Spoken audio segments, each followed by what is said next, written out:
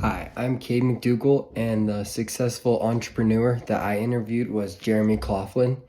He is the franchisee business owner of Papa Murphy's Taking Big Pizza up here in Cache Valley. His background is he went to Utah State University and at 20 years old had heard from a friend that there was an opening for a franchisee up here in Cache Valley for Papa Murphy's Pizza, and he kind of just set the ground running from there at a young age and worked super hard to get to where he was today. When he first started at the young age, it wasn't a very big thing here in Utah, Papa Murphy's Pizza. It was a lot bigger, more in the Northwest, Oregon, Washington area. And a huge way he grew his business and kind of got his name out was through marketing advertisements and brand deals, through partnerships with different marketing agencies, and trying to just let everybody know in Utah and Cache Valley specifically that Papa Murphy's Taking Big Pizza was here, and they wanted to show all the good things that they had to offer. With the growth of the business, it started out very quickly. Actually, they opened up their first store when he was 20 years old, and at one point they had already expanded to 5 stores in 5 years, and that's when he wanted to take it nationally.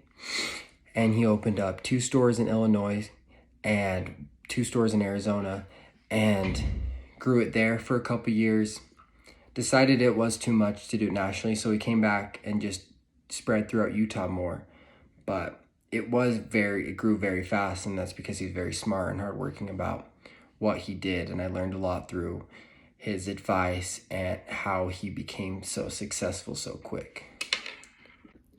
After selling the stores in Illinois and Arizona and deciding to just make it local and as big as he can here, some of the ways that he successfully has made it so big and well known here is just all the long days and hours that he's putting in to really just get it perfect for all customers, and spending time with each one of his employees and really getting to know them on a personal level and showing them how much it means to him to make it so they feel like they are important and just as important to the company's growth as everybody else is.